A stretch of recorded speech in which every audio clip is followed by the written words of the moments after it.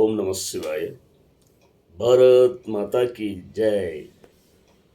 ఈ మధ్య జమ్మూ కాశ్మీర్లో మన హిందువులపైన జరిగిన ఘోరం అందరికీ తెలుసు. ప్రపంచంలో ఉన్న అనేక దేశాలు మనకి ఈరోజు మద్దతుగా తెలుపుతున్నాయి. ప్రపంచంలో ఉన్న అన్ని దేశాల్లో ఉన్న హిందువులందరూ కూడా ఒకే తాటి మీదకి వస్తూ ఉన్నారు.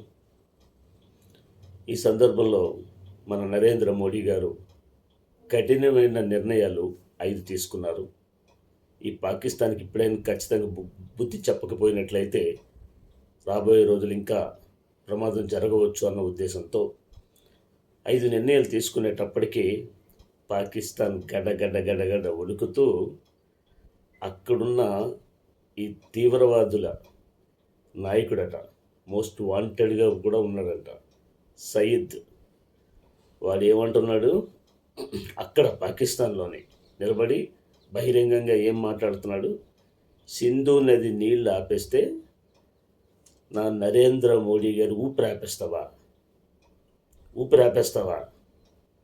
నువ్వెంత, నీ బతుకెంత గండు. మీరు అమాయకమైన నిరాయుధులుగా ఉన్న అమాయకుల దగ్గర మీ ప్రతాపాలు.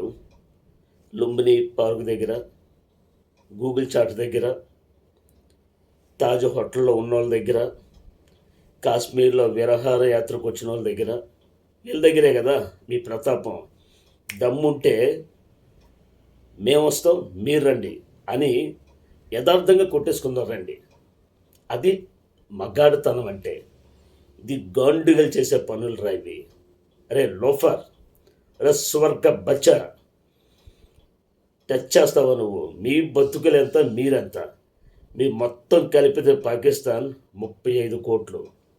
భారతదేశంలో ముస్లింలు కొంతమంది చెంచగలు మీకు సపోర్ట్ చేసిన, మిగతా కొంతమంది ఈ నేల మీద బతుకుతున్నాం కాబట్టి ఆ విశ్వాసంతో బతికిన వాళ్ళు కొంతమంది ఉన్నారు ముస్లిమ్స్. అలాగే 100 కోట్ల హిందువుల్లో పోనీ మీరు అనుకునేటట్టు హరే రామ హరే కృష్ణ హరే రామ హరే కృష్ణ భజన చేసిన వాళ్ళు ఒక 20 కోట్ల మంది తీసాయి. ఇంకో 10 కోట్ల మంది ఇది అమాయకులు అనుకో. ఇంకా 50-60 కోట్ల మంది ఉంటారు. దాంట్లోని భార్య పిల్లలు అనుకున్న వాళ్ళు 10 కోట్లు తీసేసిన పిచ్చెక్కి ఈ దేశం కోసం, సనాతన ధర్మం కోసం ప్రాణత్యాగాలు చేసేవాళ్ళు ఎంతోమంది ఉన్నారు. మీ 35 కోట్లు లేరా? అల్లాహు అక్బర్ భజన చేసుకున్న వాళ్ళు, భార్య పిల్లలు అనుకున్న వాళ్ళు, కుటుంబం అనుకుని బతుకున్న వాళ్ళు లేరా?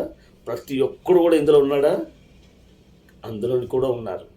దాంట్లో సగం తీసేసిన నిస్సహాయ స్థితిలో ఉన్న వాళ్ళు అందులోనే ఉన్నారు. వాళ్ళని కొంతమంది తీసేస్తే మీరెంత? ఈ ఉన్నవాళ్ళు పోస్తే కొట్టుకుని పోతారు. అటువంటిది ఊపిరాపేస్తావా?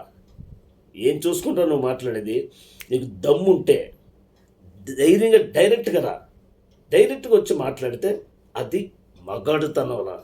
అది మగాడుతనం. గాండు అక్కడికి పోయి ఇలాంటి పనులు చేసి పెద్ద తోపు అనుకుంటున్నావు నువ్వు.